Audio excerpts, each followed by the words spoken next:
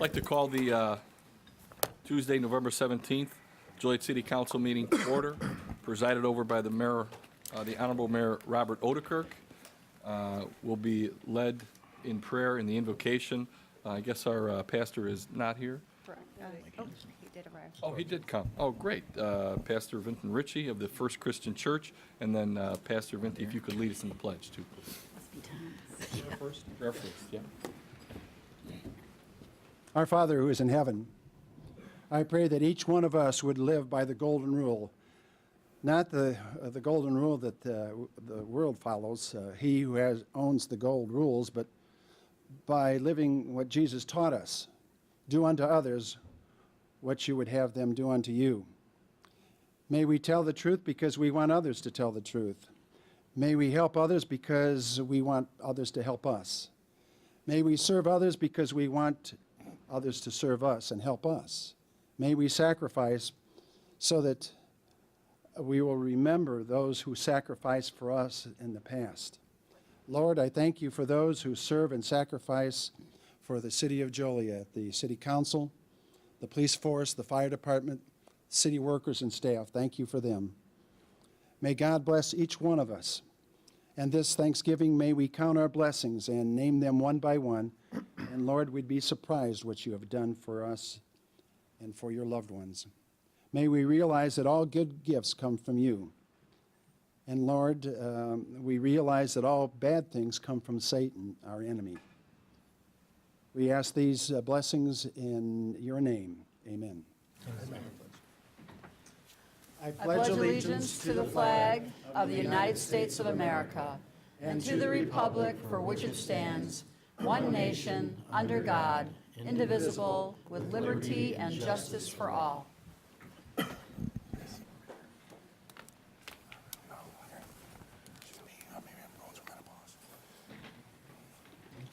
job. Thank you. Just want to look at something real quick.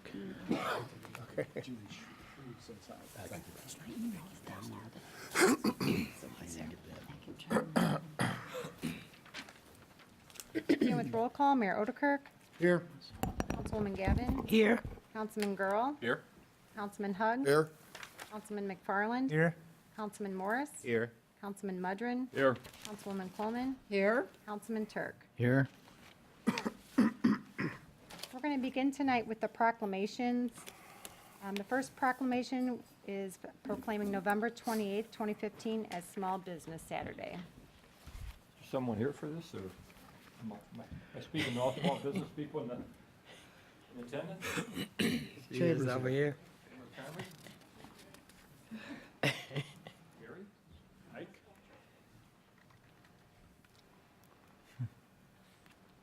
Proclamation. Whereas the government of Joliet, Illinois celebrates our local small business and contributions they make to our local economy and community. According to the United States Small Business Administration, there are currently 27.9 million small businesses in the United States. They represent 99.7% of American companies, create more than 2/3 of the net new jobs, and generate 46% of private gross domestic product, as well as 54% of all U.S. sales. And whereas small business employ over 55% of the employees of the working population of the United States, and whereas 89% of the consumers in the United States agree that it is important for the people to support the small business that they value in their community. And whereas Joliet, Illinois supports our local business that creates jobs, boost our local economy, and preserve our neighborhoods. And whereas an advocacy group of public and private organizations across the country have endorsed Saturday after Thanksgiving as Small Business Saturday. Now, therefore, I, Robert Odekirk, Mayor of the City of Joliet, on behalf of the City Council, do hereby proclaim November 28, 2015 as Small Business Saturday. And we urge all the residents here of Joliet to support their local small businesses and merchants on Small Business Saturday throughout the year.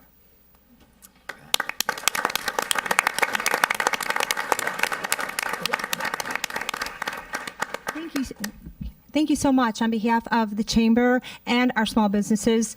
We are so grateful that you recognize Small Business Saturday. So when you guys are making your lists and preparing for the holidays, remember, shop local, shop Joliet. Thank you so much. Thanks, Mary.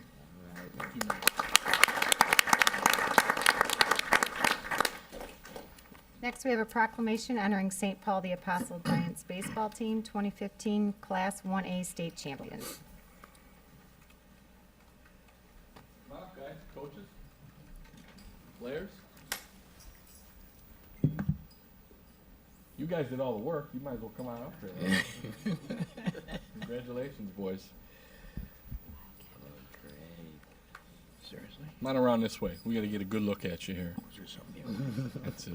They've done this before. We've done this before, absolutely. As Mayor Odekirk said, we've done this before. In fact, I think this is number 3, right, guys? Okay, fantastic. What's the, Coach, what does it look like for next year, number 4? Well, I'll tell you what, this year was comprised, we had 16 members, we had 8 8th graders, we had 3 7th graders, and that leaves 5 6th graders. So, Okay, good. Needless to say, the future is bright for our program. So you got some talent coming back. I think so, You yes. guys aren't giving anybody a shot out there at the title here, but that's fantastic. I got to ask you a question. I always do. How'd you do against St. Ray's? That's always the big game. What? No? Well, we're not going to talk about We're not going to talk. All right, let's get to the resolution. How about that? How about that? And I tell you what, boys, thank you for coming out. Not only are you here because you're good athletes, which is obvious. Okay, you've got St. Paul's is turning out. There must be something in the water over there when it comes to baseball at St. Paul's. But not only are you here because you're good athletes, you're here because you're good kids. All right, and you're good human beings. And whenever you go, wherever you play, anywhere, and you're representing St. Paul's, you're not just representing St. Paul's. You're representing the entire city of Joliet. Okay, and you're all fine young men, and that's a credit to your parents and your coaches. And before I read the resolution, one thing you want to do when you go home tonight, thank your parents, okay? Thank them thank mom and dad for shagging you at all those practices. Thank them for throwing all the batting practice. Thank them for all the travel baseball. I'm sure, anybody any travel teams here? Of course, right.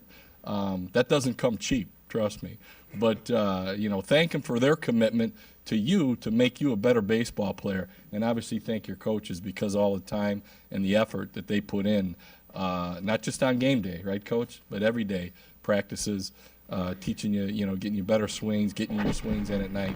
But you got a lot of people to thank. But this is your day, and no one can ever take it away from you. So enjoy it. And thanks for coming down, too, by the way. So we got a proclamation here.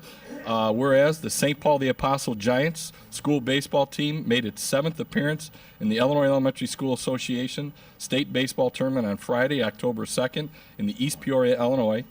And St. Paul the Apostle is the only Will County grade school to boast 5 IASA state baseball championships in the last decade, also winning in 2006, 2007, 2013, 2014, and 2015. Whereas the St. Paul the Apostle Giants excelled under the dedicated leadership of head coach Vince DiFilippo, coaches Pat McGinnis, Mike Malone, Mike Roselle, and Don Seaman, who volunteered countless hours conducting incredibly well-organized and executed practices with an unbelievable attention to detail, who helped the following players reach their full potential as championship baseball team. The members of the team, and when I say your name, I want you guys just kind of just step a little bit forward so we know who you are. Zach Bebar. Zach, congratulations. Jackson Cullen. Jackson, great. Vinny DiFilippo. Will Gimbel. Kyle Hoover. Not with you tonight, okay. Ryan Luthen. Congratulations, Ryan. Danny Mangan. Look just like your dad, Danny. All right, where's he at tonight? Is he here? He probably sleep. Okay, all right, good, good. He must be a fireman. I don't know. Is he? Okay, good. All right. Matt Offerman. Matt, congratulations. Cooper Olson. Cooper here. Congratulations. Owen Roselle. Cameron Seaman. Nathan Seaman. Ben Toborg. Max Toborg. Well, you guys look like bodyguards, I'll tell you. Big. Ben Vitas and Alex Zawacki. All right. Congratulations, boys. In St. Paul, the Apostle Giants defeated the Normal Metcalf Wildcats 13-3 in the finals to capture 2015 IESA Class 1A state championship. Boys, congratulations. Job well done again. Coach, want to say a few words? Sure. Thank you very much. Thank you. Mr. Mayor, council members, thank you very much for taking this time out of your busy schedule to recognize us on this. It's obviously a special accomplishment for us. And Councilman Girl alluded to it earlier. The one thing that we preach over at St. Paul's is not only being, it's important to play good baseball, but what's even more important is to be quality human beings. And I could say that, all 16 of these individuals, I can say with full confidence that they've accomplished that. And they've represented their families, their parish, their school, and the city of Joliet very favorably. And that's one thing. Every year that we go down there, not only are we commended and complimented on how we play baseball, but every single year we get feedback of how good our conduct is. And that's more important, obviously, than anything else. So thank you very much for recognizing us, and hopefully we'll be back here next year. I have to mention it, Councilman Girl. Mike Malone couldn't be here tonight. Okay. He says this is our 5th state championship, and he's like, he wants his sign. Okay. You know what he's talking about. Absolutely. We're going to work on it. We have to talk to the mayor about that. They want a sign, when you enter the city, and it's probably well deserved. But thank you very much. Thank you. Absolutely. Guys, you want to get a couple pictures here? Why don't you stay up there?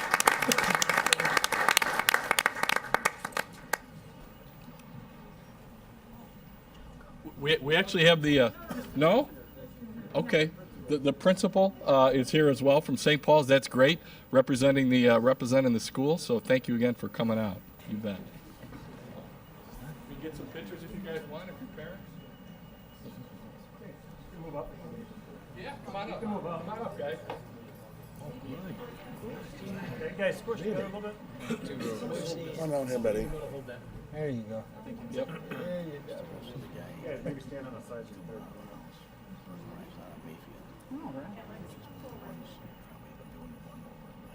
Sure.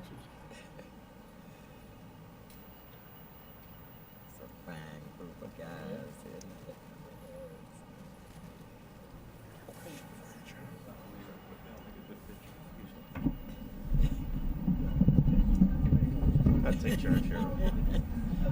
He makes the big bucks. So, Right. I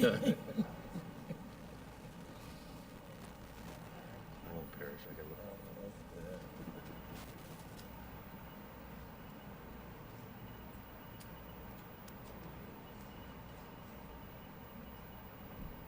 look. All right, guys. Congratulations.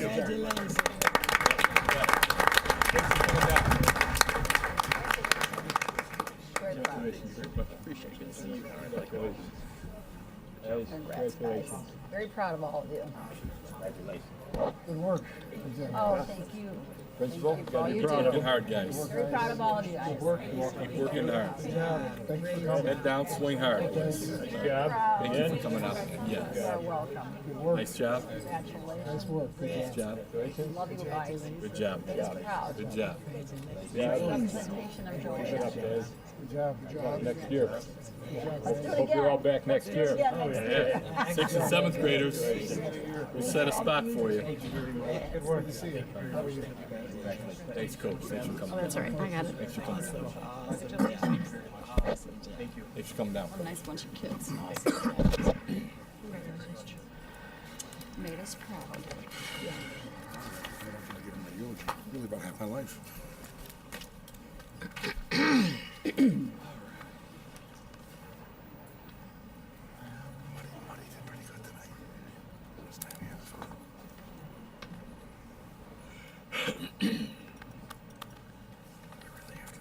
Before we move back to the presentation, are there any appointments this evening? No.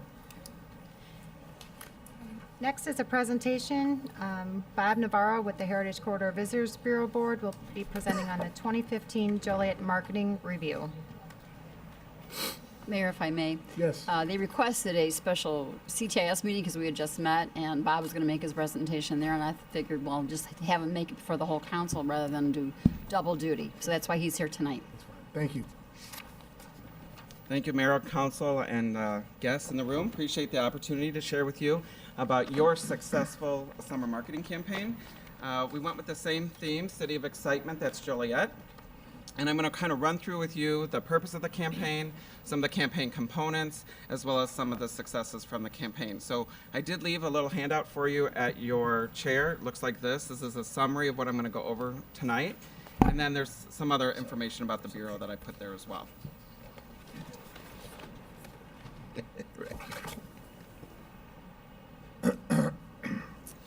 So just to review the components of the campaign, we did fulfillment for the campaign, which means anyone that was interested in information about the City of Joliet or responded to any of the advertising placements, we actually fulfilled a Joliet visitor guide as well as partner information to them.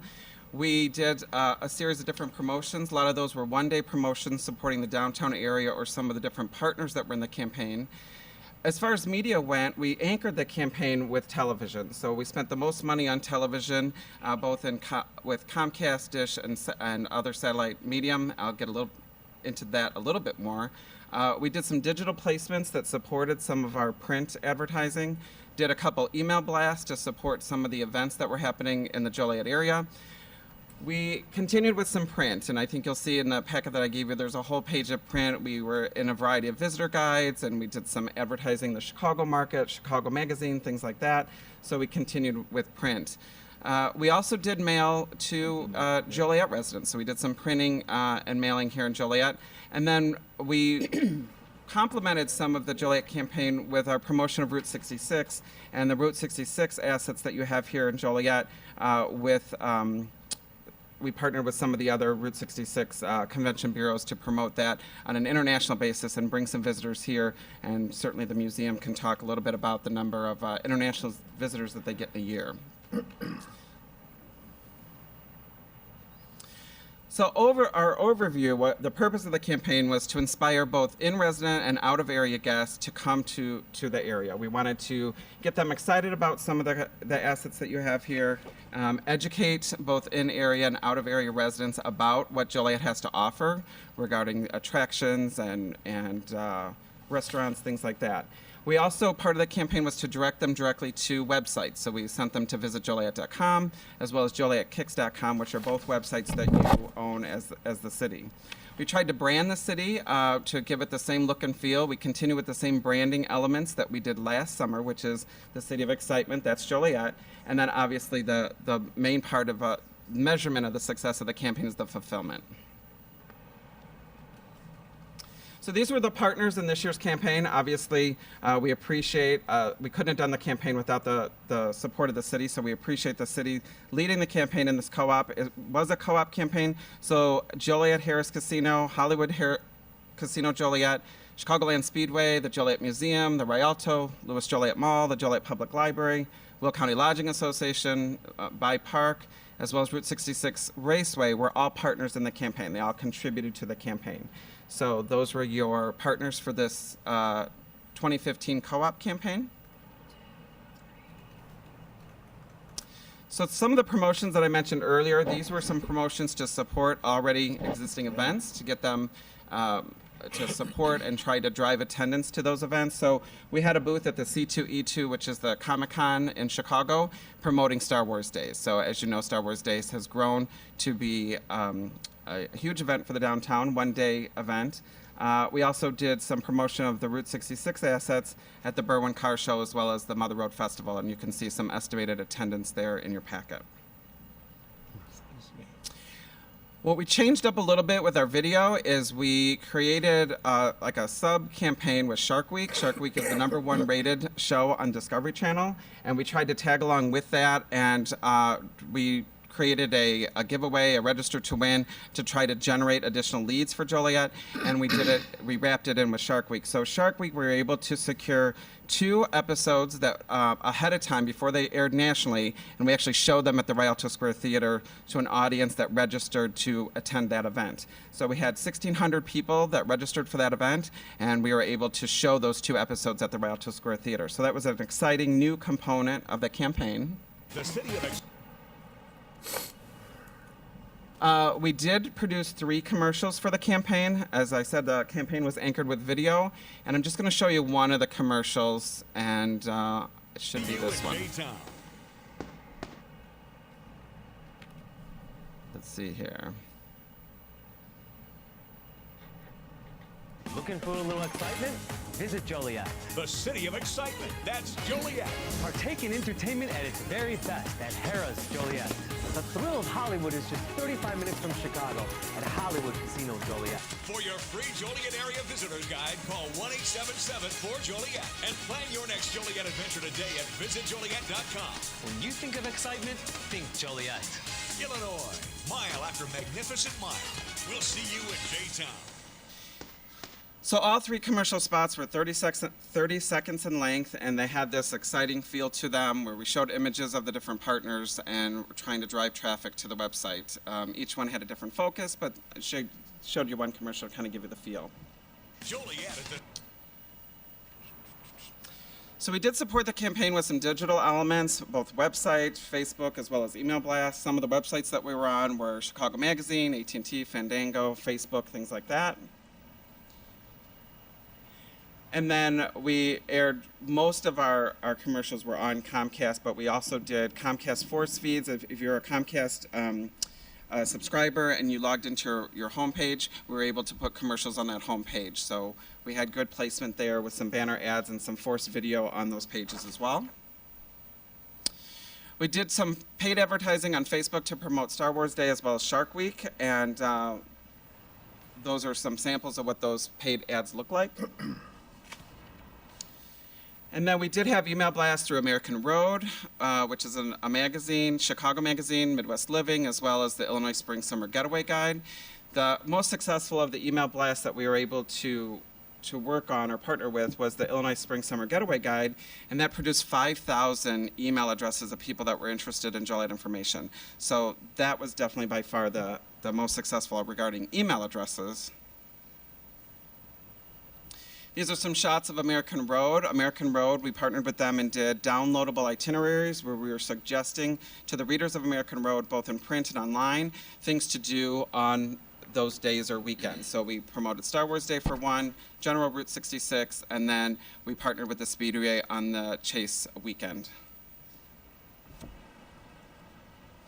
Print, as I said, we did water bill inserts. We were able to promote some of the partners during the summer with water bill inserts. We created some new rack cards for some of the other partners that didn't have them. The visitor guide is your main printed piece that we use as fulfillment. We did have some printed magazines, as well as we did do a July issue of Playbill, which ran in the whole Chicago metro market. So if you were at the Paramount or downtown at Cadillac, you were able to see the Joliet branding in the Playbill piece. Then we created some new postcards for some of the partners as well. So this is an example of some of the print, the visitor guides that we were in. Discover, so you have, we have a visitor guide for our area.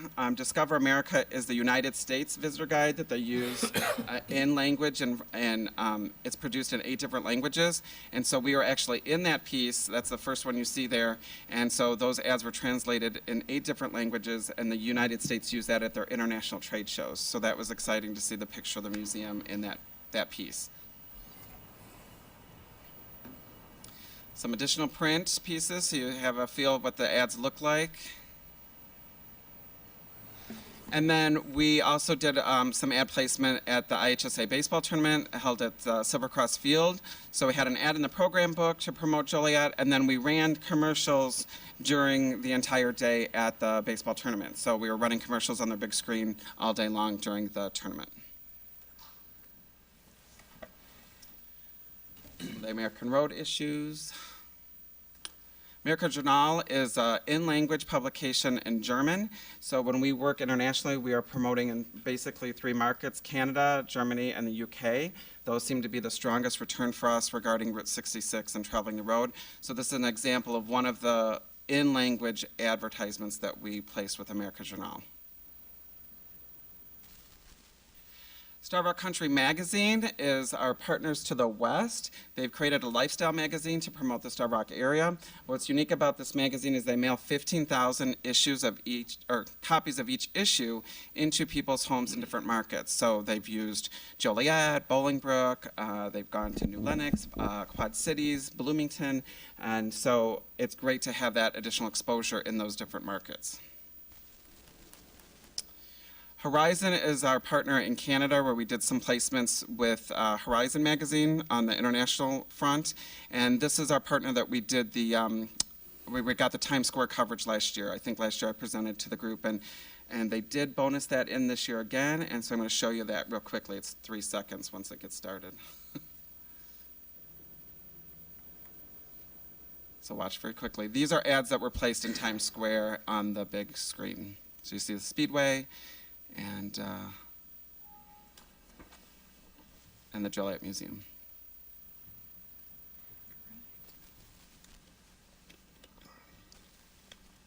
You finally played New York. Yeah, you're in New York.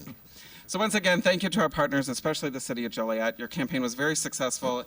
In your piece, you will see we actually fulfilled 17,000 pieces.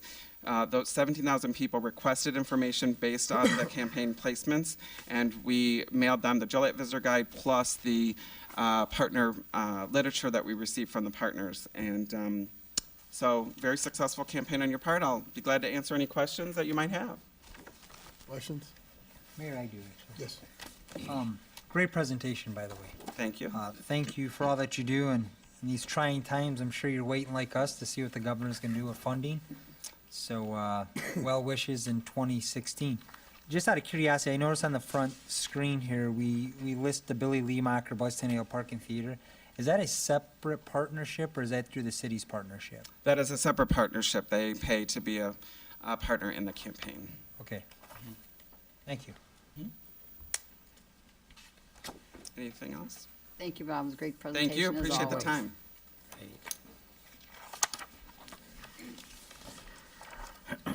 Next is citizens to be heard on agenda items. Is there anyone that would like to speak on any agenda items this evening? Seeing none, approval of agenda. Is there a motion to approve the agenda as written? So moved. Second. Motion and seconded to approve. All in favor? Aye. Opposed? Motion carried. Council committee reports, CTIS committee report. CTIS committee met on November 10th at 4 o'clock, consisting of Councilman Betty Gavin, Councilman Pat Mudrin, and myself. For approval tonight is memo 60515. We discussed the layout, printing, and mailing of our citywide newsletter. And we went through the whole RFP process and decided to go with a 2-year contract to publish 4 quarterly newsletters. It will be a brand-new bifold, 8-page, 4-color, 80-pound gloss enamel paper. And not only this time will it be in English, but it'll also be in Spanish on the website. So if you get something in English and you don't understand it, you can go to our website and the whole newsletter will be in Spanish as well. We also discussed the contract for the purchase of a power generator for Union Station to be coming up at a future council meeting. And I will, it'll be about 18 months before we can get it, but we have to do that now for power protection, and it'll be in continuous operation for our law enforcement, video surveillance, and facility access control. We also looked at the managed print service provider, and included in that program is the replacement of 38 printer and copier devices, which also modernizes the printer fleet and improves productivity, and that will be on a future council agenda. Under new business, we talked about a new City of Joliet mobile app, whether it's viable, and determining how we can develop it and what exactly we want on it. So if people don't have access to a computer, maybe they can just hit their phone, hit the app, and see what's going on in Joliet, maybe the Rialto, or anything else we might come up with for that app. It's in development right now. We talked about closed captioning for city council meetings. In attendance was Carol, I'm sorry, your last name escapes me, Mulvihill, sorry, Carol, thank you. And she brought this forward to committee and discussed it with our volunteer at JCTV. And we're trying to discuss how feasible it is and what the cost would be for the closed captioning for our council meetings. We had a big meeting. 2 more things, I promise. We also discussed the fiber optic connection between Union Station and the police department, and the staff reported that they're in the process of redefining the network design of a fiber optic connection between the 2 entities, and those proposals will be reviewed by us in the future. And last but not least, and I think this is pretty good, other cities have adopted this ordinance, we're going to look at it. We're researching the possibility of implementing a dig once ordinance that provides the city the right of first refusal to participate in roadway construction projects if the right-of-way is a desired path for utility enhancements like water, sewer, and fiber optics.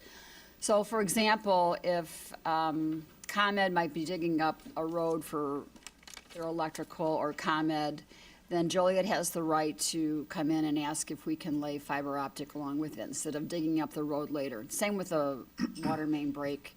If we need new pipe replacement and they're digging, say for NICOR, for example, for new gas lines, maybe we can get in there and look at that and put some new water piping in. Committee, did I hit everything? You hit everything, Councilwoman. Any other questions? Okay, and I thank Scott for his little summary that gave me, and that concludes our report. Thank you. Diversity and Community Relations Committee report.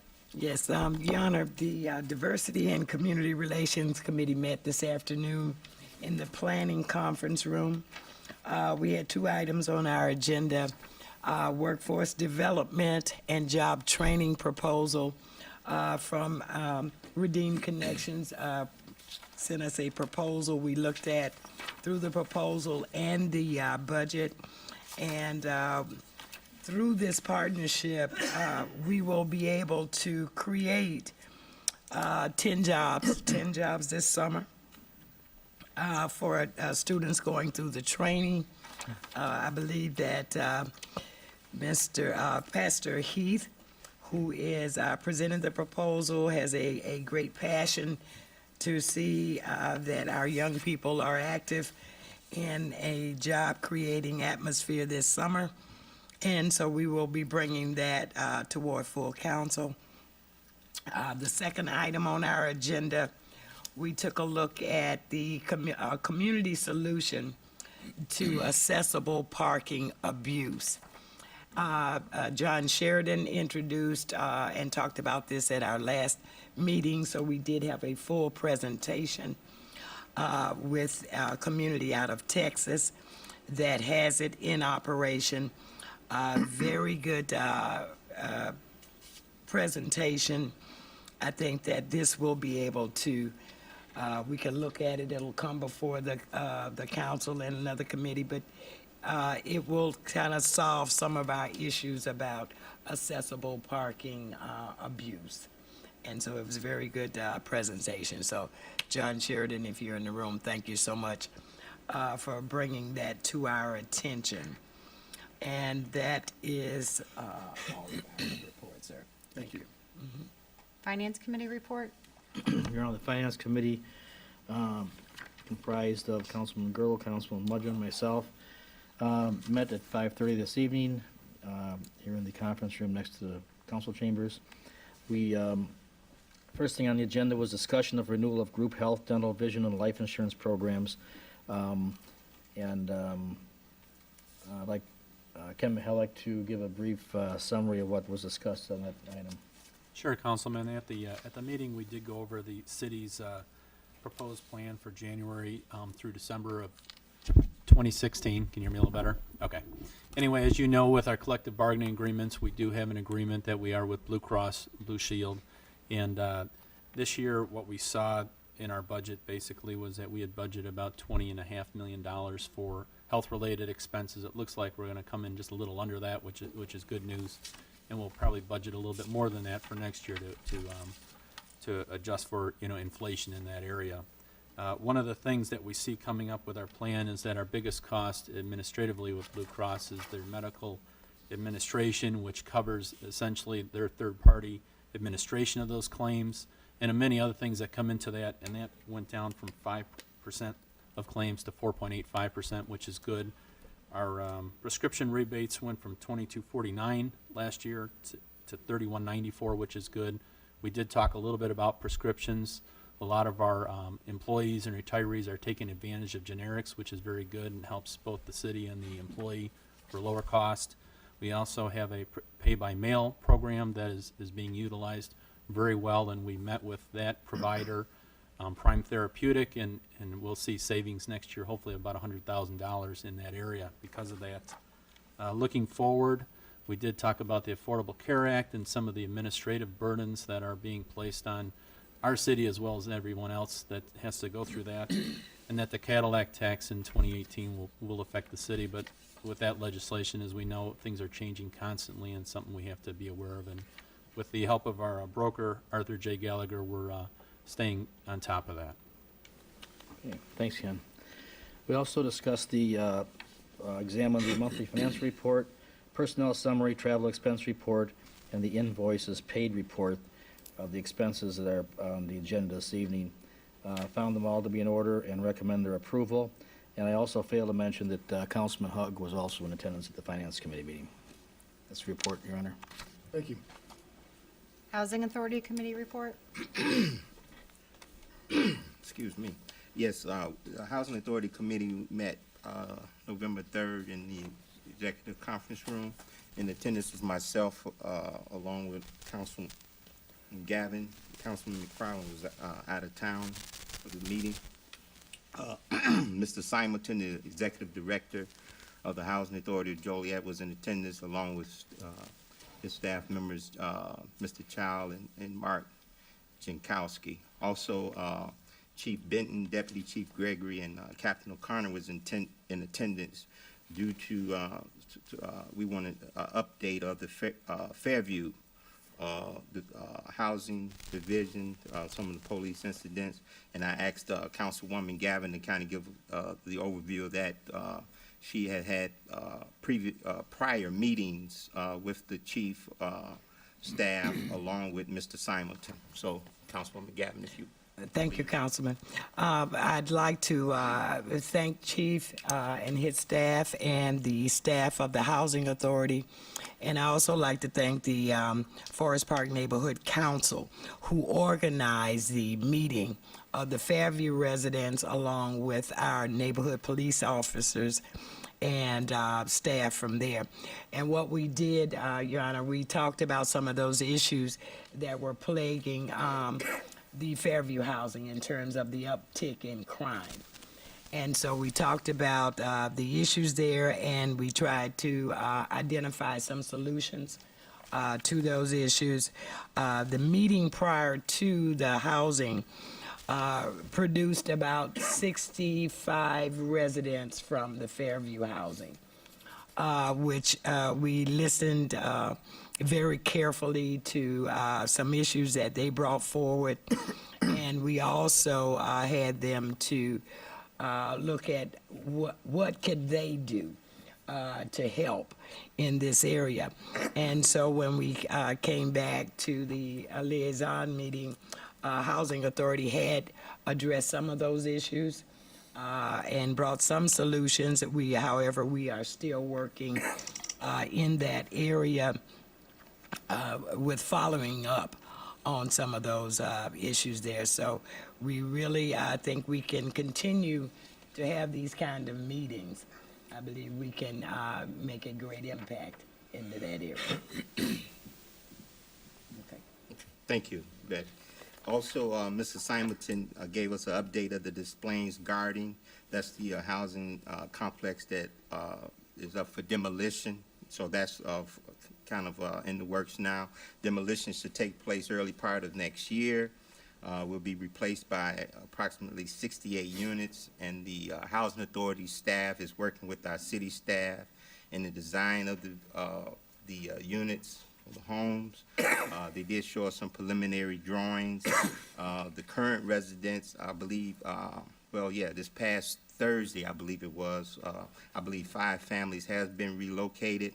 The Housing Authority has committed to tracking, they calling it the relocated, I shouldn't say dislocated, relocated residents for at least 3 years to help them with their relocation. Some will be staying here, have found homes here in Joliet as well as some other surrounding areas. So at this point, again, the Des Plaines Guarding project seemed like it's full steam ahead. That was pretty much our meeting right there. Thank you. Thank you. Public Safety Committee report. Yes, Your Honor, the Public Safety Committee meeting met this evening in council chambers. The Public Safety Committee consists of Councilman McFarland, Councilman Hugg, and myself. Also in attendance was Chief Benton, Chief Formhall, and City Manager Jim Hock. We actually discussed 2 items of business. The first is actually on your agenda for approval tonight, which is it's Council Memo 599-15, which is extending the police hire list, and that was unanimously approved. Well, we also discussed another item of business that is not on your agenda that City Manager Hock is going to bring forward at a future council meeting for your approval, but it's basically undergoing a, I'll call it a staffing study for both the police department and the fire department. And what this staffing study is going to include or going to entail is basically a comprehensive look at the staffing at each one of these, at the fire department and the police department, trying to determine or basically making suggestions with respect to our manpower, with respect to our facilities, with respect to our equipment, and how, as an organization, they can become more efficient. And those were 2 items that also were discussed. And again, this is going to be brought back to the council, Jim, possibly at the December or January meeting? Hopefully before the end of the calendar year. Okay, so before the end of the year. Okay, and that concludes my report. Councilman Hugg, did you have any? That concludes my report, Mayor. Thank you. Public Service Committee report. Public Service met yesterday in the council conference room next door. We approved all change orders, pay estimates, and final payments, along with contracts that are on this evening's agenda. Just a couple things I want to make mention of that are up for approval this evening is a drive-through permit for the BP Car Wash at 1411 Riverboat Center Drive. And also there was a report given to us, if you recall back at our October 5th council meeting, we had a presentation from Robinson Engineering regarding a multi-year infrastructure plan, which was then remanded by the council back to the Public Service Committee. And yesterday in committee, the committee received from Public Utilities and Public Works a 5-year capital improvement funding plan along with an infrastructure plan for both departments. So I don't know where the communication gap was on this, but basically what staff is indicating to us is that there's no need to hire this this firm to come in and to assess our infrastructure improvements and funding mechanisms for these capital improvements because we haven't. So I don't know, Mr. Trisna, Mr. Egan, if you'd want to forward to the full council the infrastructure 5-year plans in both of your divisions, so everybody has it. So I think the good news is here is because I think there was an article in the newspaper about this, is the fact that we didn't have a 5-year plan where we are today and where we need to go in terms of capital improvements in our water, sewer, and our street division. And staff has come up with these plans. So that is all that I have, unless Councilwoman Gavin or Hugg would like to add anything from the meeting. I have a question. One of the things that was presented, Jim, was that this company was going to put on our website, they were going to publish what the 5-year plan was going to be, and specifically what roads were going to be done next year, 2 years, 3 years from now. The plans that you've presented, are they able to be published, to be put on our website for everyone to see?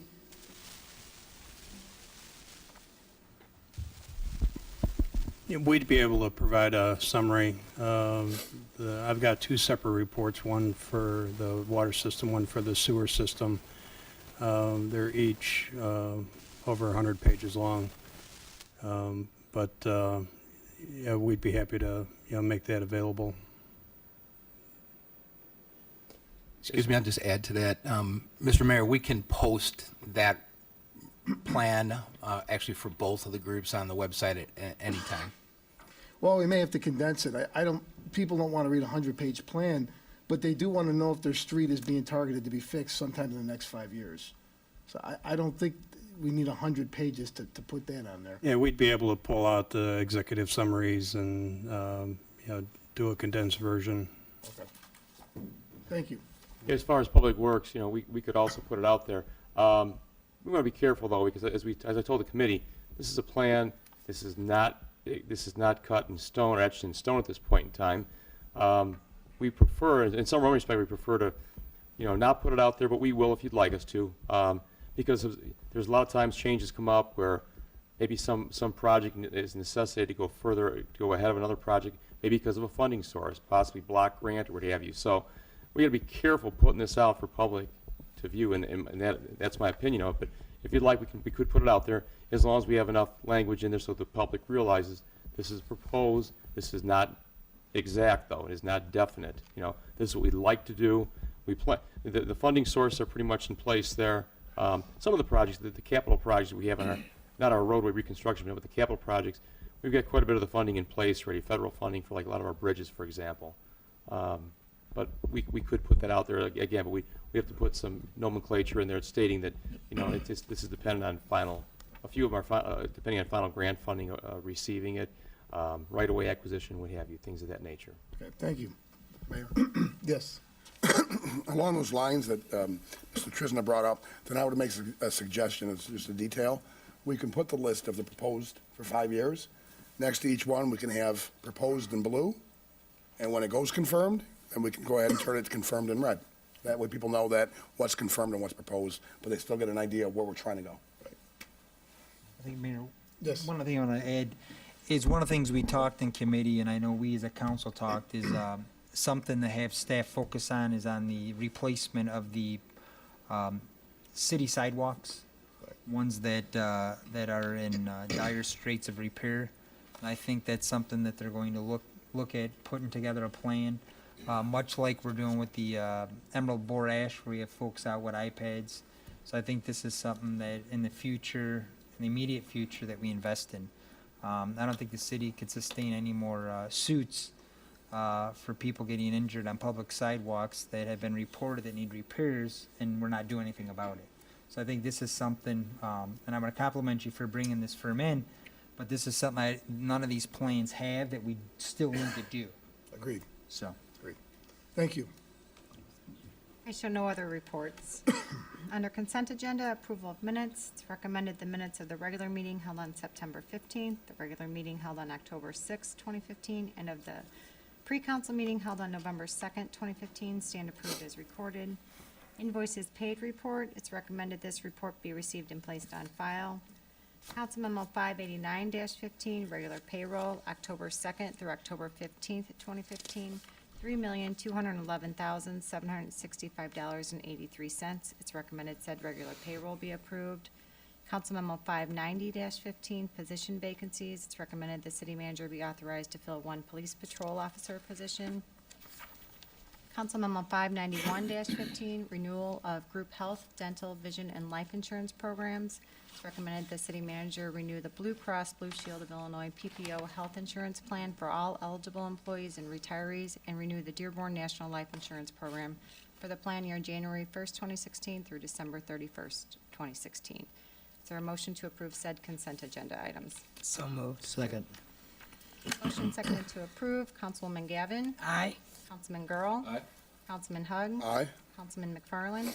I vote aye, and I think one thing I just want to mention, Councilman Turk, if I read this correctly, I believe there's a decrease in cost to the city. Did I? This year? Yeah. This year, yeah. Councilman Morris? Aye. Councilman Mudrin? Aye. Councilwoman Coleman? Aye. Councilman Turk? Aye. Motion carried. Licenses and permit applications. Council Memo 593-15, issuance of a Class C liquor license at 4822 Caton Farm Road, Walgreens. It's recommended Walgreens be issued a Class C liquor license for 4822 Caton Farm Road. So moved. Second? Been motion and seconded to approve. Councilman Girl? Aye. Councilman Hug? Aye. Councilman McFarland? Aye. Councilman Morris? Aye. Councilman Mudrin? Aye. Councilwoman Coleman? Aye. Councilman Turk? Aye. Councilwoman Gavin? Aye. Motion carried. Council Memo 594-15, issuance of a Class C liquor license at 1514 Essington Road, Walgreens. It's recommended Walgreens be issued a Class C liquor license for 1514 Essington Road. So moved. Second. Been motion and seconded to approve. Councilman Hug? Well, that's in my district, no. Councilman McFarland? Aye. Councilman Morris? Aye. Councilman Mudrin? Aye. Councilwoman Coleman? I'll support the district councilman and vote no. Councilman Turk? Aye. Councilwoman Gavin? Aye. Councilman Girl? Aye. Motion carried. Council Memo 595-15, issuance of a Class C liquor license at 1163 West Jefferson Street, Walgreens. It's recommended Walgreens be issued a Class C liquor license for 1163 West Jefferson Street. So moved. Second. Been motion and seconded to approve. Councilman McFarland? Aye. Councilman Morris? Aye. Councilman Mudrin? Aye. Councilwoman Coleman? Aye. Councilman Turk? Aye. Councilwoman Gavin? Aye. Councilman Girl? Aye. Councilman Hug? Aye. Motion carried. Council Memo 596-15, issuance of a Class C liquor license at 2101 West Jefferson Street, Walgreens. It's recommended Walgreens be issued the Class C liquor license for 2101 West Jefferson Street. So moved. Second. Been motion and seconded to approve. Councilman Morris? Aye. Councilman Mudrin? Aye. Councilwoman Coleman? Aye. Councilman Turk? Aye. Councilwoman Gavin? Aye. Councilman Girl? Aye. Councilman Hug? Aye. Councilman McFarland? Aye. Motion carried. Council Memo 597-15, application for a drive-through permit for a BP car wash at 1411 Riverboat Center Drive. It's recommended this permit be approved. So moved. Second. Been motion and seconded to approve. Councilman Mudrin? Aye. Councilwoman Coleman? Aye. Councilman Turk? Aye. Councilwoman Gavin? Aye. Councilman Girl? Aye. Councilman Hug? Aye. Councilman McFarland? Aye. Councilman Morris? Aye. Motion carried. Under ordinances, Council Memo 599-15, an ordinance authorizing the extension of the police officer's eligibility list. It's recommended said ordinance be adopted. So moved. Second.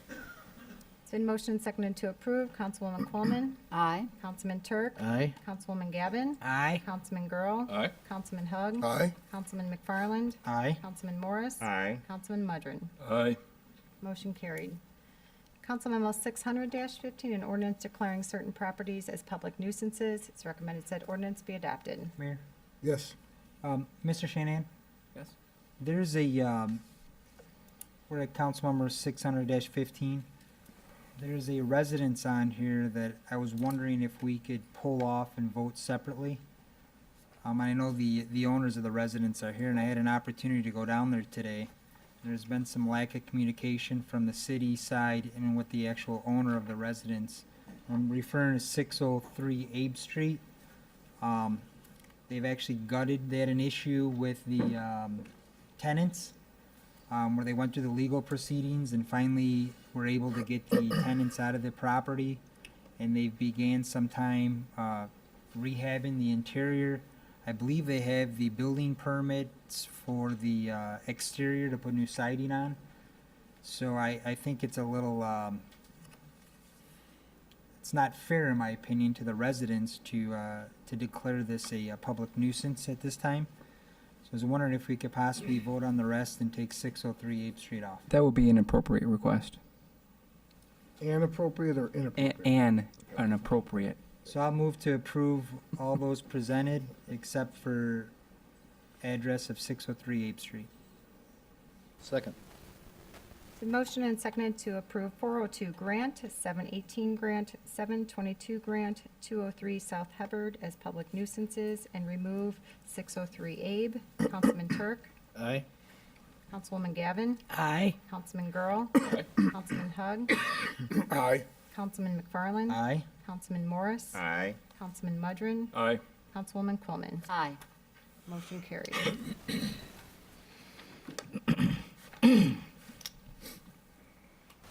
Under resolutions, Council Memo 602-15, resolution accepting dedication of right-of-way for Augusta Lane and Pinehurst Drive in the Country Club Villa subdivision.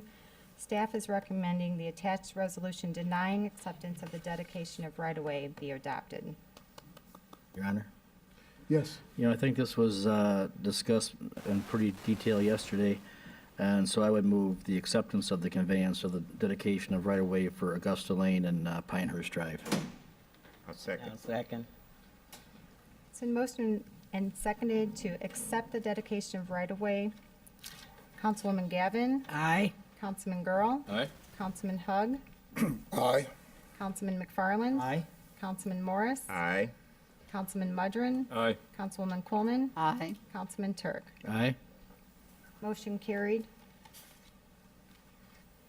Council Memo 603-15, a resolution approving an easement agreement between Midwest Generation and the City of Joliet for the construction of a natural gas pipeline. It's recommended said resolution be adopted. Move to approve. Second. Been motion and seconded to approve. Councilman Girl. Aye. Councilman Hug. Councilman McFarland. Aye. Councilman Morris. Aye. Councilman Mudrin. Aye. Councilwoman Coleman. Aye. Councilman Turk. Aye. Councilwoman Gavin. Aye. Motion carried. Under bids and contracts, awarded contracts, Council Memo 605-15, award a contract for the development, layout, printing, and mailing of the citywide newsletter. Council Memo 606-15, purchase replacement streetlights and poles at the East Side wastewater treatment plant. Council Memo 607-15, purchase work order asset management and citizen request management system. It's recommended Council Memo 605-15 through 607-15 be approved. So moved. Second. The Any motion- questions? The motion is seconded to approve. Councilman Hug. Sorry. They lumped them together. Aye. Councilman Oh, McFarland. hold on. No. Hold on. Nope. No, hold on. Are we putting, this includes the computer program, correct? Everything. It's 607, yes. Yes. Is there any way for us to pull that one out separate, or are we going to do it all as a whole? I guess we got a motion on the floor. There's a motion on the floor. No. No, I changed my vote to no. Okay. Councilman McFarland. No.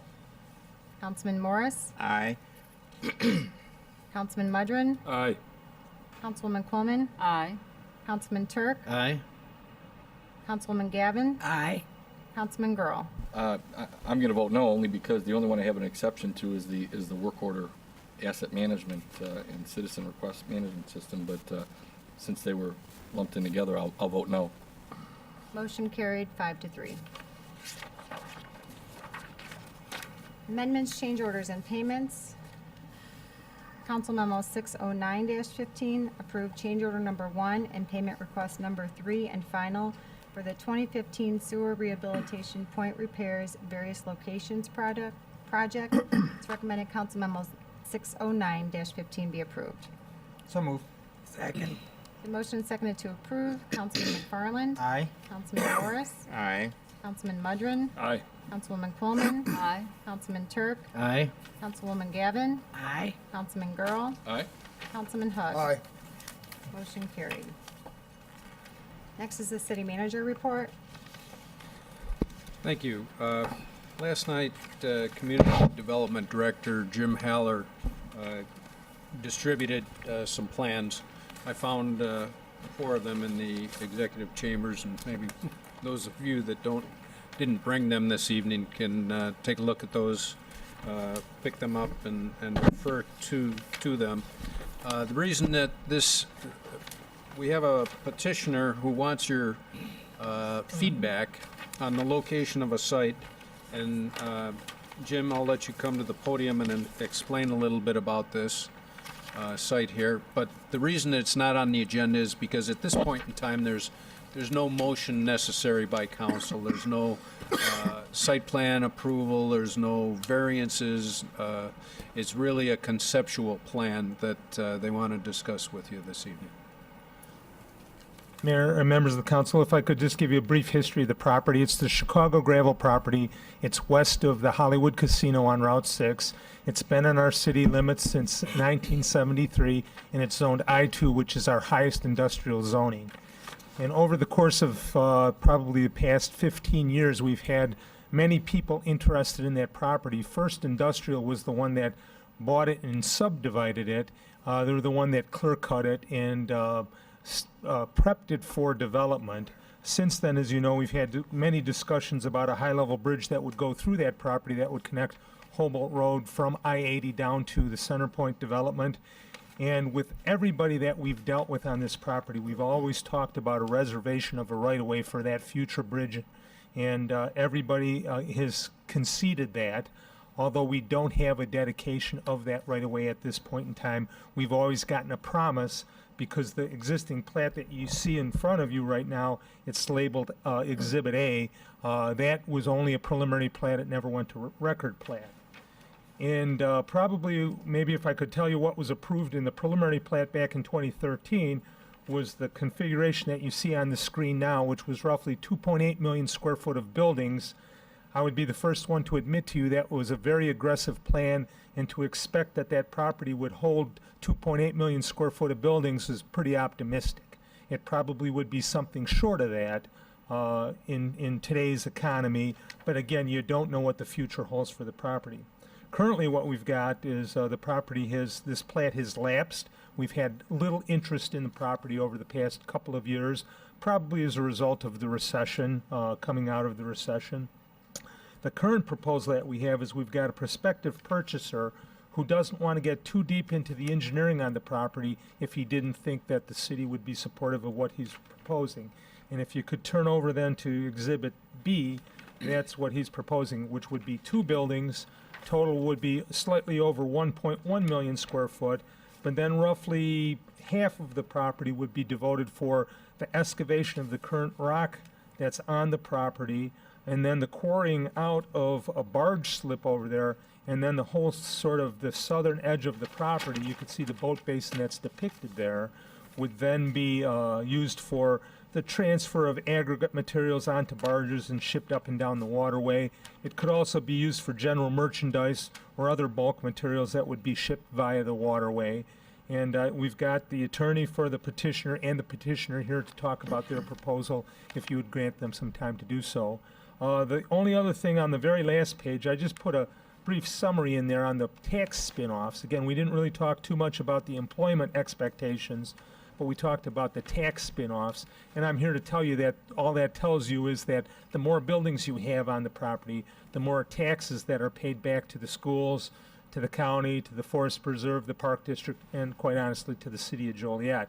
So our first approval was many buildings. This request in front of us now is less than that, and I just sort of wanted to use that data sheet to show you what the difference would be. And again, I'd be the first one to admit that that first proposal was somewhat optimistic in the total number of buildings. And with that, then, if I could turn it over to the petitioner. Sure.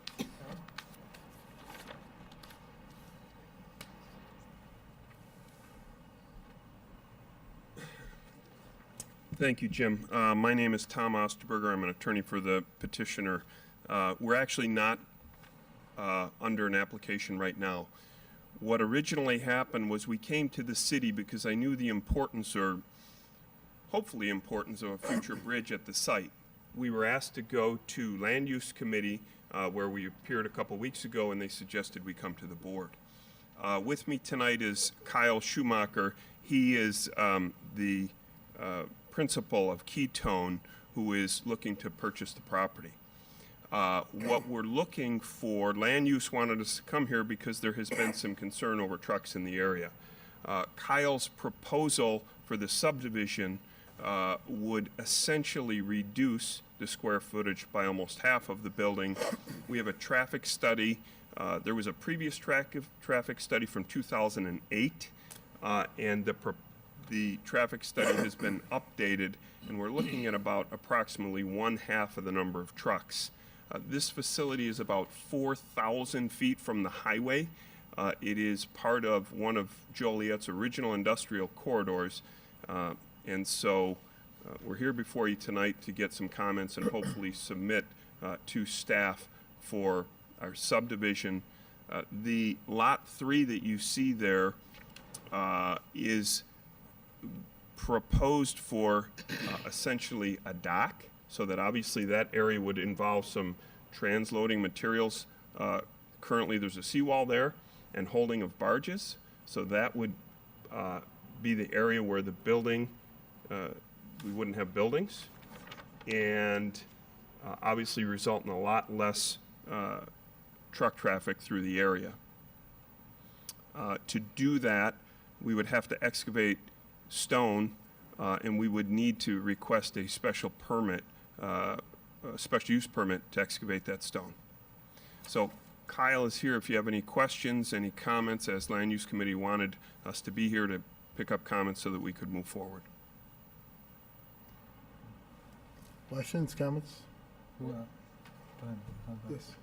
Tom, the building that we're showing in Lot 1, does this, I'm assuming it'd be some type of a warehousing building that would not necessarily be used with the barge gravel product exchange? The hope would be that the traffic along the river would be used in tandem with the building.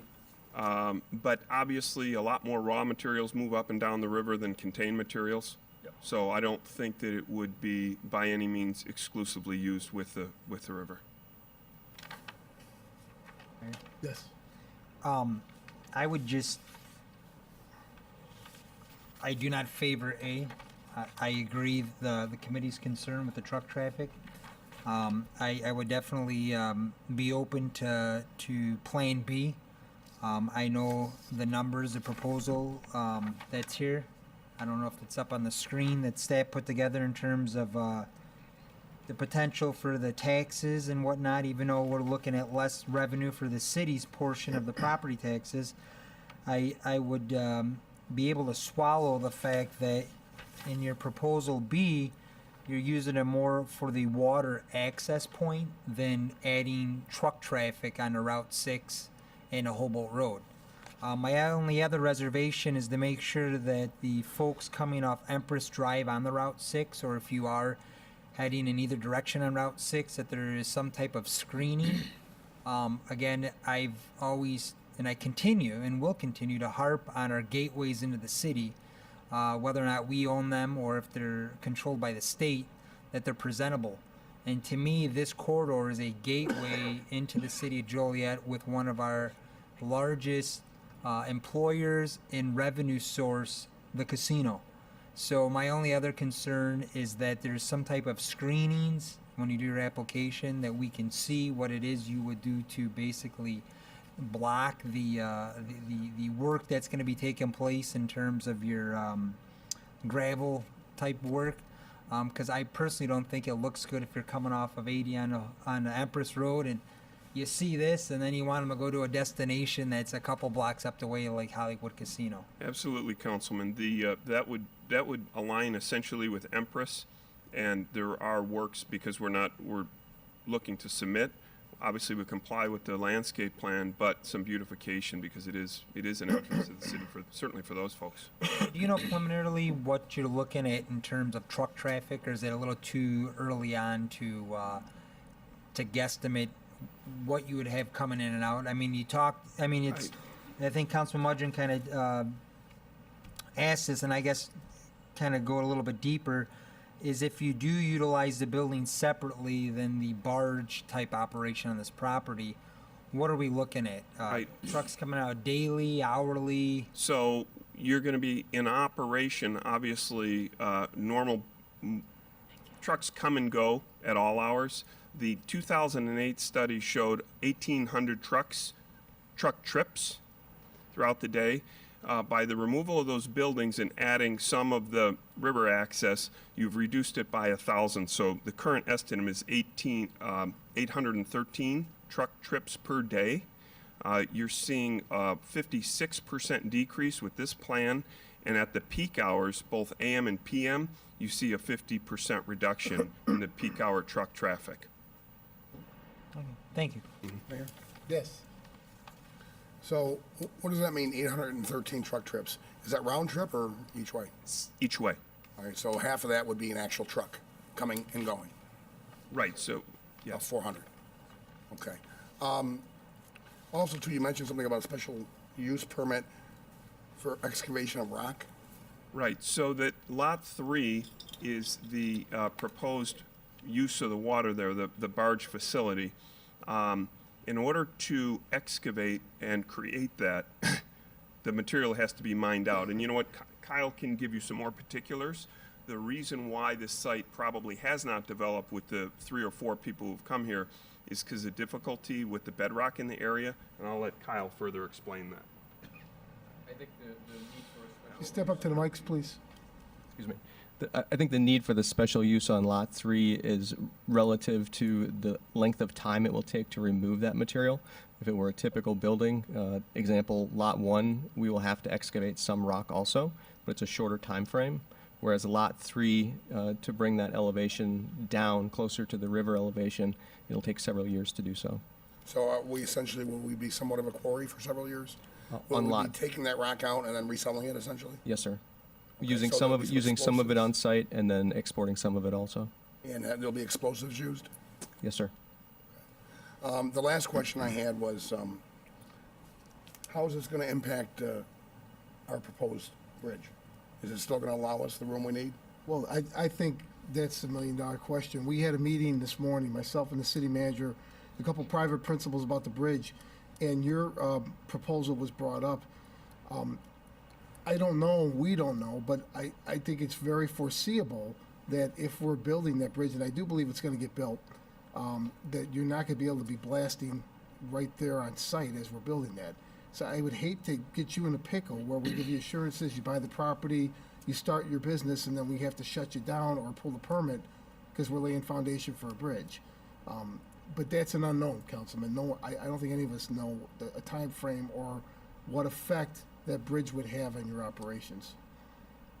Well, if I could add to that, Mayor, obviously special use permits can be conditioned, so we can talk to staff and proceed as appropriate if staff is willing to work with us on that. As you guys learn more, we can, that's the first we heard of it, we can take that into consideration, try to make sure we can meet those timelines so that obviously the goal is to have that bridge there.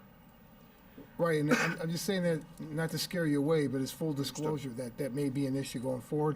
I do believe, Jim, and you could comment, what we're hearing recently, the bridge is going to be a reality. It does seem like it's lining up, so we are moving forward on that, but you should bear that in mind, that most likely will be being built there in the next few years. Is the concern during construction, blasting next to the bridge? I think so, and ultimately whether that would hamper the safety of the bridge. I'm not an engineer, but I would imagine some people would be looking at it. Mayor? Yes. I had a question.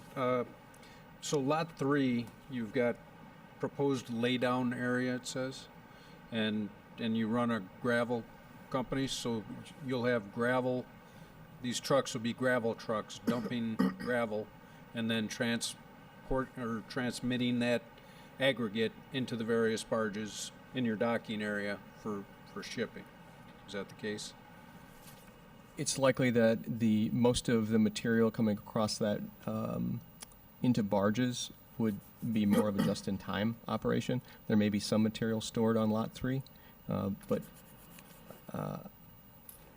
my question is that there'll be gravel trucks or aggregate trucks that are coming in and dumping their load and loading.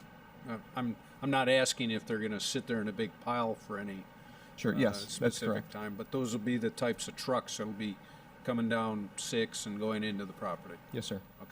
Thank you. Mayor? Yes. So I, would say the same thing that the mayor said. Don't want to scare anybody away, but it's my understanding you came here not just for questions but input.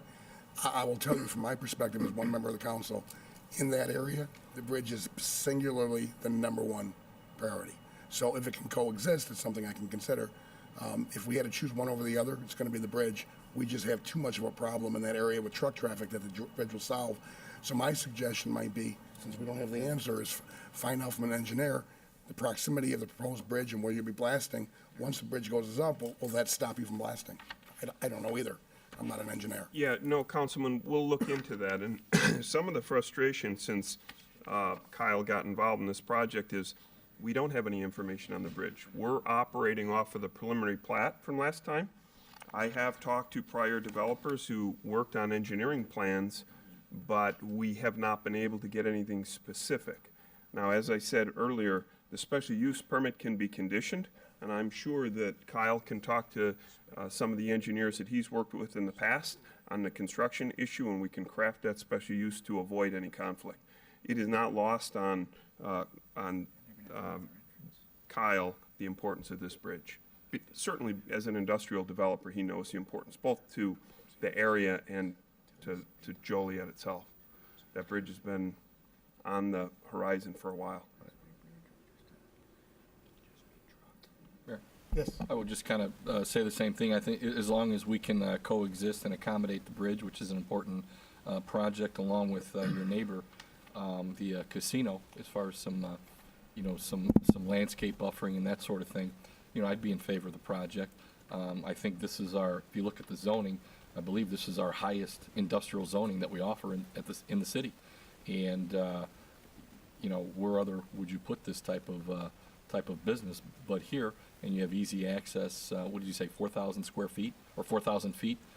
4,000 feet from Route 4,000 6 feet to correct. I-80? Correct. I mean, I know there's gonna be some truck traffic that's gonna be there, but, they're certainly not gonna be on McDonough Street for very long, because you're 4,000 feet from I-80. And, again, it's the highest industrial, zoning that we offer in the city of Joliet. I also, commend you and appreciate that you've pretty much dropped the square footage of the project by over 60%. So the impact and the density is gonna be a lot less. So I would support the project, with the caveat of those two, the bridge and also accommodating, the casino with some proper landscaping. Thank you. Yes. I would just like to thank them for coming for this presentation, because they didn't make a long, nice, very informative presentation at the Land Use Committee. But Terry, as being the chairman, we discussed it, and we decided that it really needed to come to the whole council, just to disclose anything that might be coming, or there was something else in the works. But I would also support this, but I didn't want to make the decision by myself. That's absolutely. why we wanted the whole council to be involved in Right. that one. And the comments tonight are very helpful, and we'll start looking at the special use bridge issue, and hopefully that moves along so we have concrete information. Agreed. Thank you. Thank you very much. Thank you. Thank you. The other item that I had under the city manager's report is, with your permission, I'd like to make our pre-council meeting of November 30th exclusive for presentation and review of the 2016 proposed budget, and then have a combined meeting on December 1st. That's all I have. Question, how many hours is that pre-council gonna be, or that budget one? Should we order dinner? Should we bring Tums? Up to you. Okay. Next is new business, not for final action or recommendation. The business? Jim, if we can we talk about snow plowing for a few minutes? Certainly. All right. Not to rehash, but we know last winter we had difficulties. We had a really bad storm. We had difficulties. I've spoken with several of our personnel who work in that department. There are some suggestions that have been made that I think are worthy of being passed along. So I'd like to do it, maybe get some comment, Jim Trisna, on whether I'm off base or not with this. Number one, it's my understanding, do we have some type of product that we're going to be laying on streets prior to a major snowstorm coming?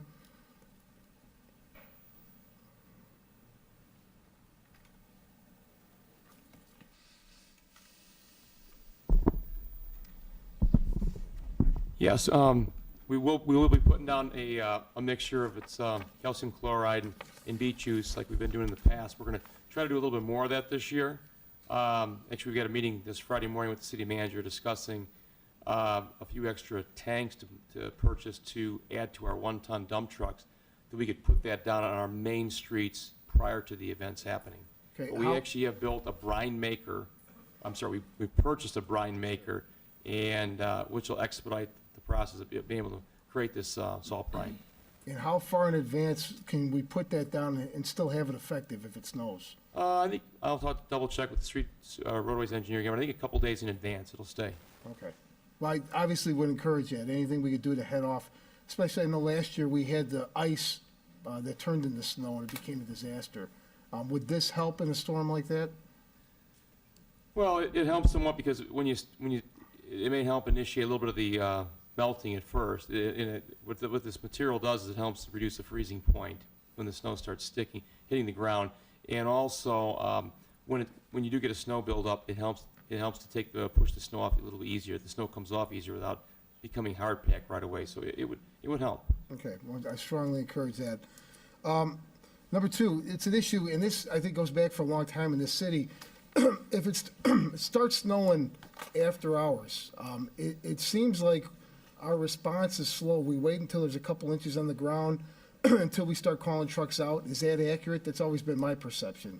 No, we watch the weather forecast closely. We have the regular National Weather Service, the forecast from Chicago, as well as we've gotten reports ourselves. We have our own weather service, and we know it's predicted. When it starts, we get the crews out there. We don't wait till there's a couple inches.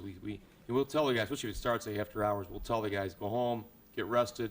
Probably at 8 o'clock tonight, we're going to need you back in, but we'll call you exactly. But we don't wait till there's a few inches down. We call people in when it starts to accumulate. All right, do you still, I know in the past, the police would actually, or fire would call out the plows when they felt the streets were undrivable. I worked afternoon shifts, so it happened a lot. By 8, 9 o'clock, a police commander or a fire commander would be making the call to get the plows out. Does that still happen, or is this done by you or someone on your staff? Typically the police, they will call us. They'll still call us. Actually, they call the roadways engineer, let him know, or the foreman on duty. I mean, they're out and about the whole time. They'll see when it starts snowing, maybe even before we do. But again, it's kind of a combination of that. If they see it starting to get a little icy, as well as us watching the weather, monitoring it, and calling our crews out at the appropriate times. So it's kind of a combination. All right, and I don't want to overreact, but if we know we have a major storm coming, 6, 8, 10 inches, or that's what's being predicted, when you're on the expressways, you see the state trucks are staged. They're out there waiting for the weather to turn, and they're ready to go to work.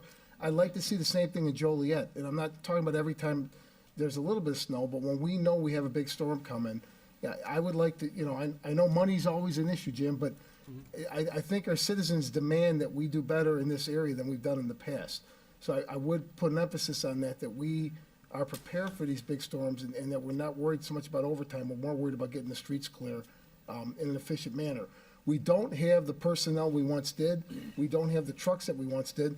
I think everyone on the council would like to hire 10 more or buy 10 more trucks and have 10 more drivers available. That's not possible right now, so I think we have to think a little bit outside of the box to attack this when we know there's a big storm coming. One of the things, Mayor, that we're going to be talking about this Friday internally is also having a meeting with some of the public works directors of the surrounding communities to talk about sharing resources during some of these types of events. Okay. The last issue had to do with the blades. I'm not a plow driver, but it's my understanding, I've been told by some of our personnel that there were times where they were ordered not to put the blades down on the street, but to drive with the blades an inch or two off the street. If that's correct, is there a reason why the blades wouldn't be down on the street? Well, first of all, I've never heard that our guys have been told to lift the plows up a little bit. There's a blade that attaches to the plow itself. The blade has a spring on it, so if it starts running into some real heavy hard pack, it doesn't just break the blade instantly. It'll curl it back almost like a one-way door going up. So it'll lift up a little bit, but the guys are always directed to put the plows down. Okay. That's never been a consideration, to be real honest with you.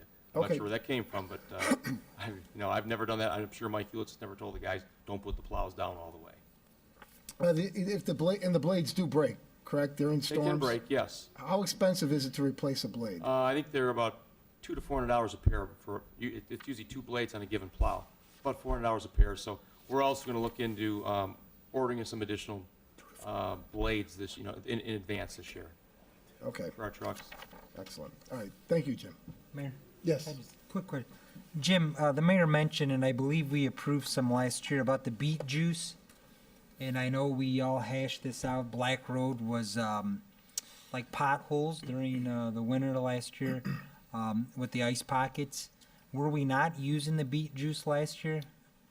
Yeah, no, we used it right away. I think what you're talking about is that one event, the storm that we had on, I'm not sure the day, I think February 1st or 2nd, it was Super Bowl Sunday. And again, the nature of that storm is what caused that potholing effect. It was very wet. It was raining Saturday night. It barely got to freezing. It turned to wet snow. We had wet snow for about 4 or 5 inches. And again, it was on a Sunday. People were out traveling, going to Super Bowl parties, what have you. That packed that snow down. Then it got, the temperature dropped and it got very cold, and you start getting dry snow. It wasn't just in Joliet. I've talked to many public works people from Rockford, all over the Chicago area. Everybody had the same situation. So obviously, we typically don't put down our product, salt, what have you. We don't simply start spreading that till the end of the storm. Otherwise, you're just pushing it off the side of the road. You keep plowing during the event, then you put down salt at the end. But again, I think it was the nature of the storm. So a pretty rare storm. I've been around here for 28 years. I've not seen a storm where you had so much wet snow get packed down like that, and then very dry, powdery snow on top of that. And that's what kind of gave the illusion that we hadn't plowed. And then what happened is we start putting down a lot of salt the next couple days. When you put down salt, it softens. As people drive across the hard pack, it softens it up. It looks like you hadn't plowed, even though we had plowed all these streets, and we have GPS records showing that. So we kept going through. We ended up going through the town, I think, the whole next 5-6 days after the storm. And we pretty much had the streets down to pavement at the end of that week. But I guess what I just want to be clear on is with the beet juice, because it's something when I served on the township board. It's something we did in Troy Township, but also currently, I guess where I'm a little confused is, are we doing it citywide? Or are we just doing it on the main streets? Because evidently this works. I guess the question is, where are we doing it at? And is it something we need to invest more in? You indicated we've done it for years. You indicated we've got the brine now that we're looking at more boxes. So evidently we're doing it in certain sections of the city. Are we looking to do it citywide? Are we just doing it on the west side, just the east side? No, I think that's kind of Jim, what you're getting at, right? You're mixing and matching things here. What the mayor originally asked is pre-treating or pre-wetting roads, which you do that before a storm hits when the pavement's typically dry or it hasn't snowed yet, and then you take 1-ton trucks typically with a liquid tank on the back, and you've got like a distributor bar, like you're putting down liquid asphalt. You go up and down the street and you spray that. We do that on major streets all throughout the city, not just one part of town or not. We don't do it on residential streets, but it's pretty much the mains. Streets maybe like Collins Street or our part of the downtown area, or maybe like Black Road, for example. Our section of Jefferson Street. We put it on main streets. But you're asking about the beet juice. Beet juice is part of that mixture, what we put down initially. But beet juice is also part of the liquid brine we make that we add to our road salt, and that helps. A couple things helps lower the freezing point even further, as well as it gives the salt, when you're dropping salt out at the end. The salt, it kind of makes the salt kind of sticky. It sticks to the road, so it's not bouncing off the road and going into the parkways instantly. Thank you.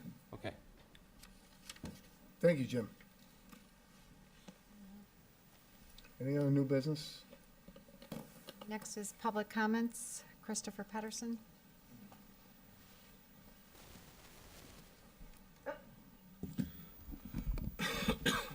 Statesman IFB Pro Christopher Del Person, 702 Vine Street, Illinois 605. To this distinguished body of councilmen and councilwomen, I want to address full council, legal counsel, and Chief City Manager James Hock on the direction of our great city of Joliet, City of Champions, Crossroads America, and the grant provided by the state of Illinois.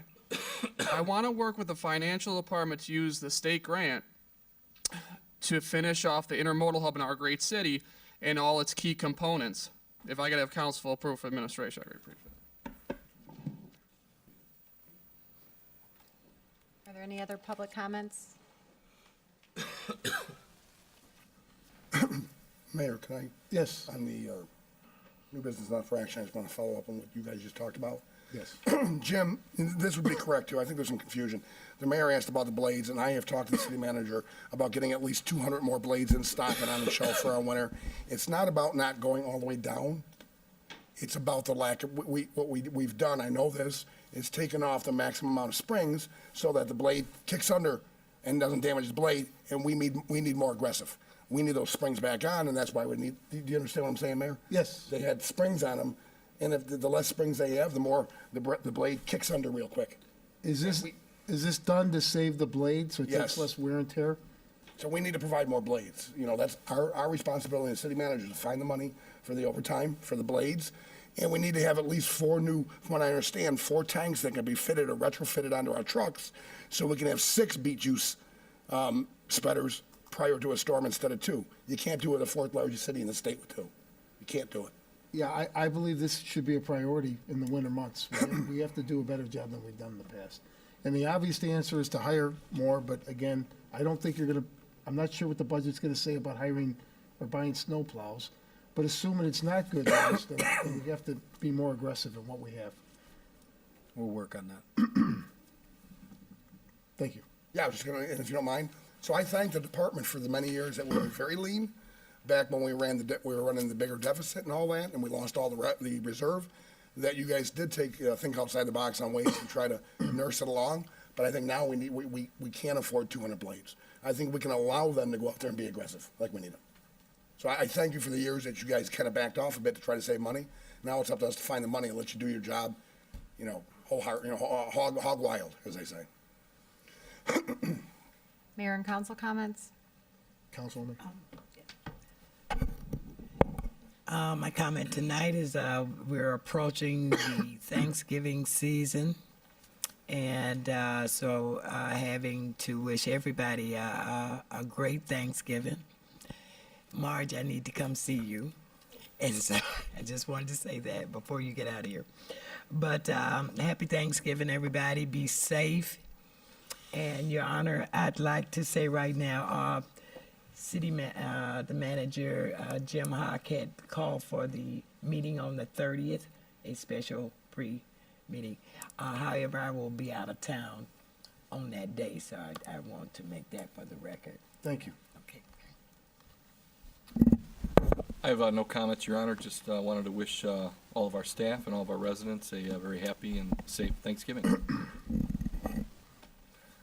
Tomorrow, I will be using the term loosely, celebrity bartender. It's a fundraiser for Big Brothers Big Sisters. If I'm going to be one of the celebrities, they've reached the bottom of the barrel. So you like that, aren't you? So I will be there at Mojo's downtown Plainfield. It goes from 4 o'clock till 9 o'clock, and it's a good cause. The Big Brothers Big Sisters. You come in there, you drink, you drive home safely, and you leave a big tip, which doesn't come to us. It goes to Big Brothers Big Sisters. So anybody watching, anybody here, come on out. We'll have a good time. Mojo's downtown Plainfield. Out west, Plainfield and Joliet kind of blends together, just so you understand. Other than that, happy Thanksgiving, everyone. Spend some time with your family. That's it. I would just like to invite everybody down the day after Thanksgiving, which is the 27th of November, to the Light Up the Holidays Parade. Come and enjoy the beautiful lighting of the Christmas tree and all the beautiful folks from the community that come out and display their businesses, and the organizations that put a lot of time into their floats. So again, hopefully we see everybody out at the Light Up the Holidays Parade the day after Thanksgiving. Yeah, I'd just like to wish everyone a happy Thanksgiving as well and a safe holiday. I'd like to congratulate the JCA volleyball team. I was fortunate enough to be at an assembly earlier this week for another outstanding effort this year and placing second in the state of Illinois. Congratulations, girls. Sorry, a couple things. First of all, I've had many phone calls, and this is probably to either Jim or Jim. Set the Kung's Way block between 7 and 800. They've had several water main breaks. What's the status of that now? And are we going to plan something for the future so these people don't have to keep going through these water main breaks? That project was slated to be constructed. I talked to some of the residents on the street. We were planning on trying to get that done in 2015 with our program this year. We had the survey is completed already, and it's in design right now. Due to other shuffling of projects that we had to do earlier this year, we just weren't able to get it out before the winter.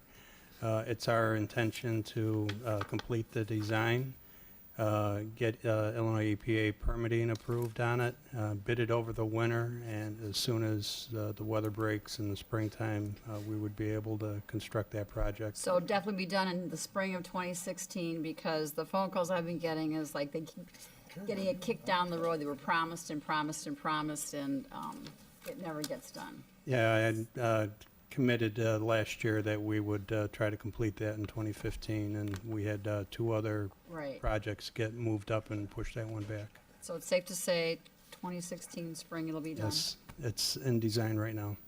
Is it safe to say? Yes. I want a commitment. Okay, thank you.